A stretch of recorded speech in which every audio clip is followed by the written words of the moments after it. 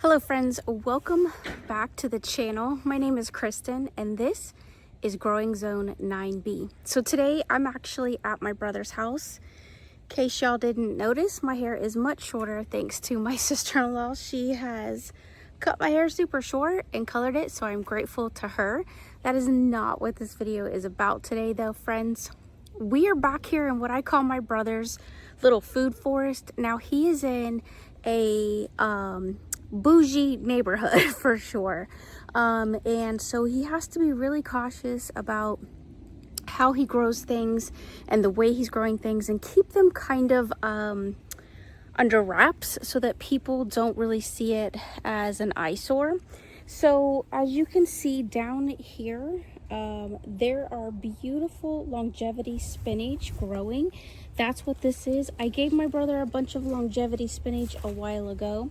I actually ended up killing mine and this, friends, is why we have a backup to our bananas and our spinach and all these things, is because someone else that you know or share with your loved ones, because if you need it in the future, you may end up being able to come back to them at some point and saying, hey, can I have XYZ of what you have, since I shared before and mine died.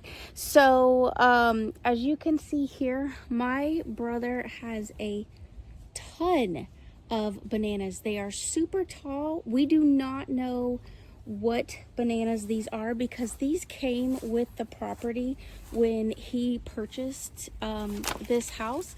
You can see a little rack right up there, but this is like the banana forest. This must go back at least 16 to 20 feet back, just loaded with beautiful bananas.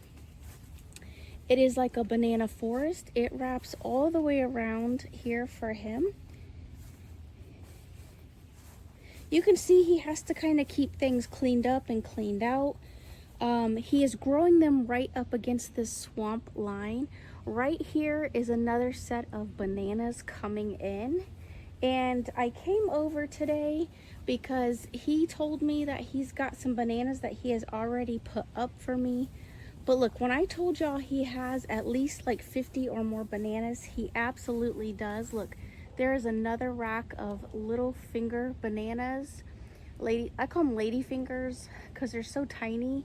They're absolutely beautiful. And if we keep going, friends, there are more and more and more bananas that wrap around here.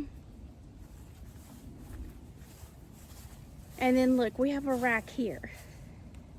Now he bumps up next to this swamp area, and it keeps his bananas moist enough that they can keep growing, and he doesn't have to water them or maintain them in any weird way, or has to go out of his way to maintain them. Now back here, as you can see, he's got basically this is like a small pond or lake back here that he can take the kids in. Now it's really, to me, not something that I would enjoy doing because there's so much like just overgrowth in this area. I personally know that we have some gators and we have other animals, snakes, there's water moccasins back here, because this is not a lake that is, you know, well used, I'll put it that way. But if you want to get back to nature, that's what this is all about back here.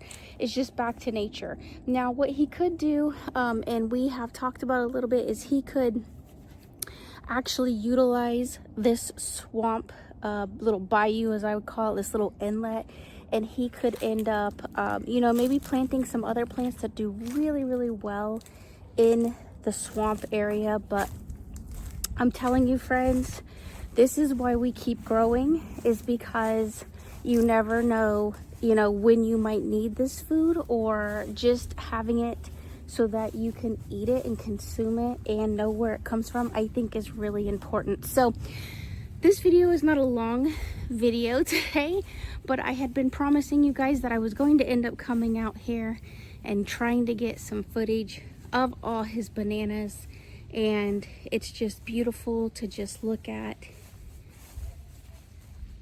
and just admire what he has growing here.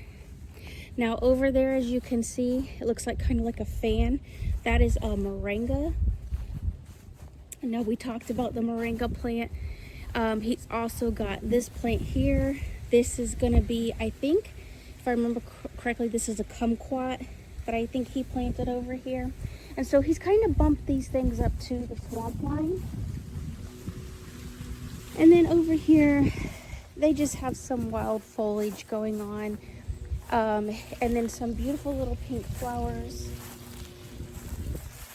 Along the pool, we have, looks like marigolds and some other beautiful little plants. So,